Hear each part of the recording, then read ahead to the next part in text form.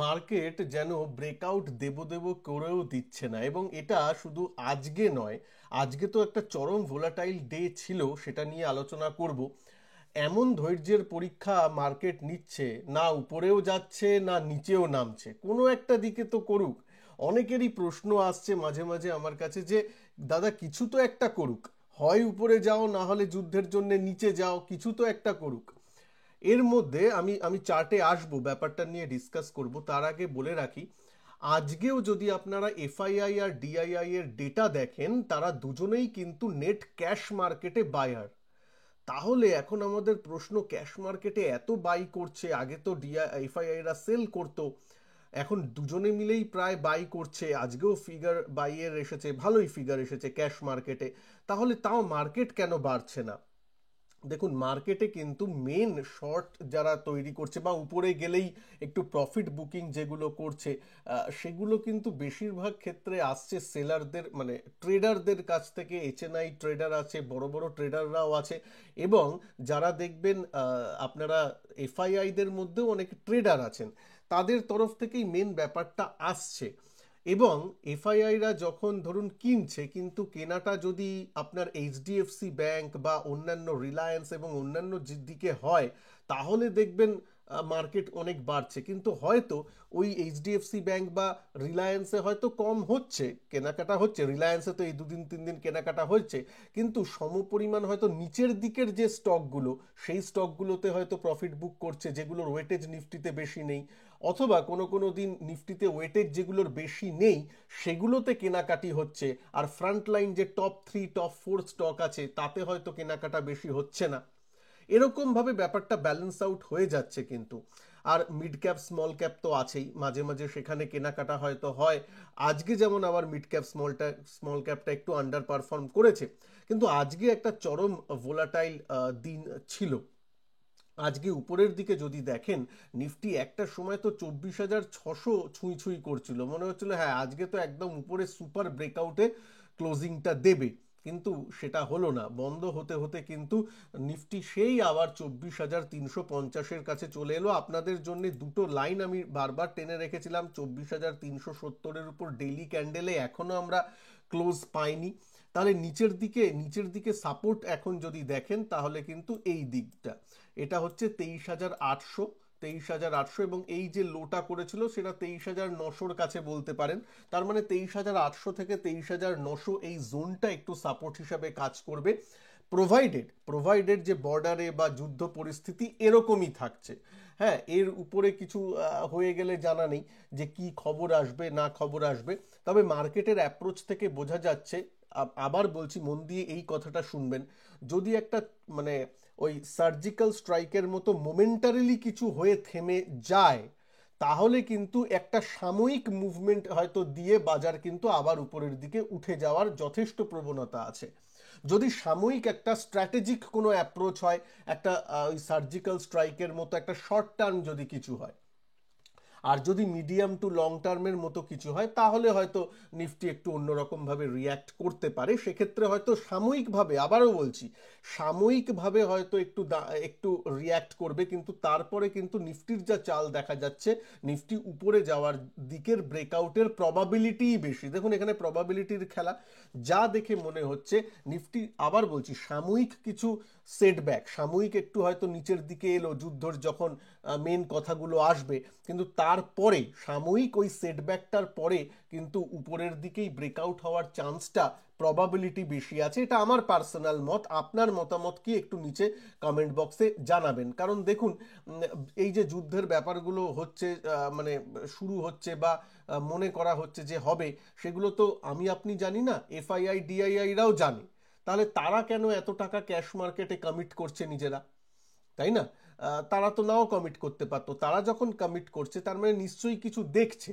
তারা ভাবছে যে এই যুদ্ধের ব্যাপারটা হয়তো সাময়িক, এবার হয়তো কখনো একটা শুরু হলো, দেখলেন 400 পয়েন্ট গ্যাপ ডাউনে হলো, কিন্তু ঠিক সেই গ্যাপটাকে মেকআপ করে ও উপরের দিকে উঠে যাবে। যেমন মাঝে মাঝে হয়, দেখবেন খুব খারাপ নিউজে, যেমন এখানে হয়েছিল ওই ট্যারিফের ওই সব ব্যাপারটা মনে করে দেখুন, এইখানে এইখানে নামলো, ট্যারিফের সময়, এবং সেটাই লো হয়ে গেল। তারপর থেকে কিন্তু উপরেই উঠলো। মানে এই পতনটাকে কাজে লাগিয়ে একদল ইনভেস্টর বা বড় বড় প্লেয়াররা এখানে বরং ঢুকলো, তাই না? তো ওই ব্যাপারটার দিকে নজর রাখবেন। আমার মনে হচ্ছে এরকম ব্যাপারটা হলেও হতে পারে এই যুদ্ধের পরিস্থিতিতে। এত নিচে আসবে বলছি না, আমি বলছি এরকম চার্ট প্যাটার্ন হয়তো ওরকম সাময়িক সেটব্যাকে যদি একটু গ্যাপ ডাউনে খোলে, তাহলে ওইটা একটা বাইং সুযোগ অনেকের ক্ষেত্রে তৈরি করে দেবে বড় বড় স্মার্ট প্লেয়ারদের জন্য। আর স্মার্ট প্লেয়াররা যেদিকে যাবে, আমরা ট্রেডাররা সেদিকেই যাব, এটা তো জানা কথা। তো ইনভেস্টাররা কি, ইনভেস্টাররা দেখুন, যদি কেউ যদি এই মানে এইখানেও যদি তার কিছু ধরুন ফ্রি ক্যাশ আছে, এখানেও যদি ইনভেস্ট করেন, এমন কিছু নয়। তা মানে কোনো কিছু ওই বলে না যে খুব খারাপ হয়ে যাবে, একদমই সেই ব্যাপারটা নয়।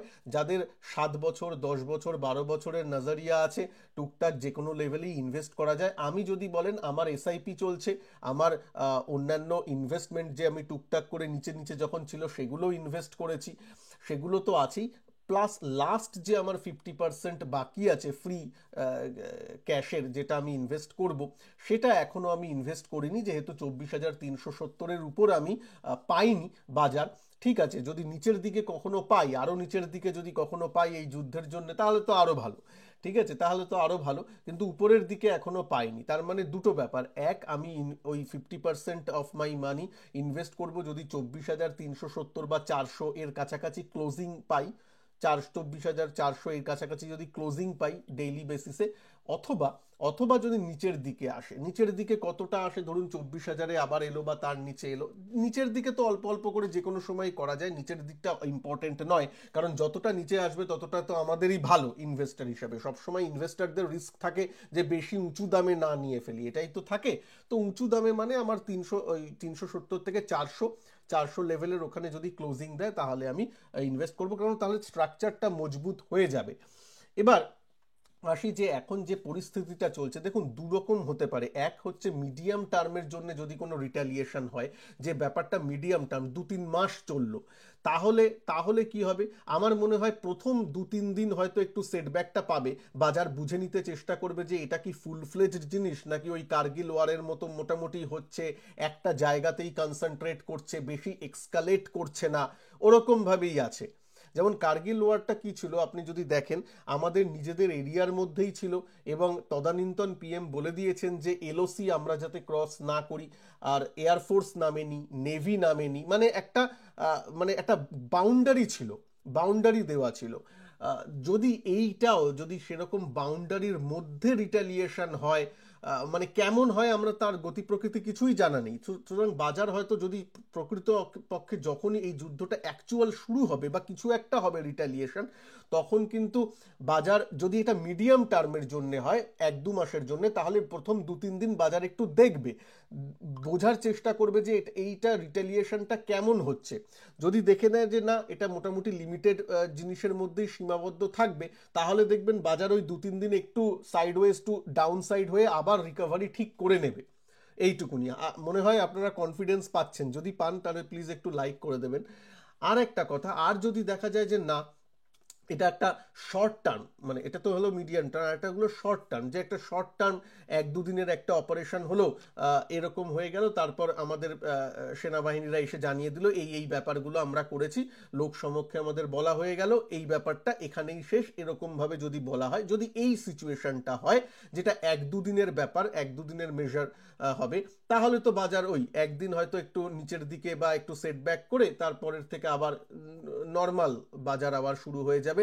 এবং যেমন চার্ট দেখা যাচ্ছে, সেখানে কিন্তু উপরের দিকে যাওয়ার বা এখানে কনসোলিডেট করে, এই রেঞ্জের মধ্যে কনসোলিডেট করে তারপর হয়তো উপরে যাওয়ার প্রবণতাই বেশি। দেখুন রেঞ্জে কনসোলিডেট করাটাও কিন্তু ভালো ব্যাপার, কারণ নিচ থেকে প্রায় 11% উপরে উঠেছে, তারপর যদি একটা এরকম রেঞ্জের মধ্যে, মানে 24,400 আর নিচের দিকে 23,800, হ্যাঁ, এই 600 পয়েন্টের মধ্যে যদি একটু ও কনসোলিডেট করে, it is well and good.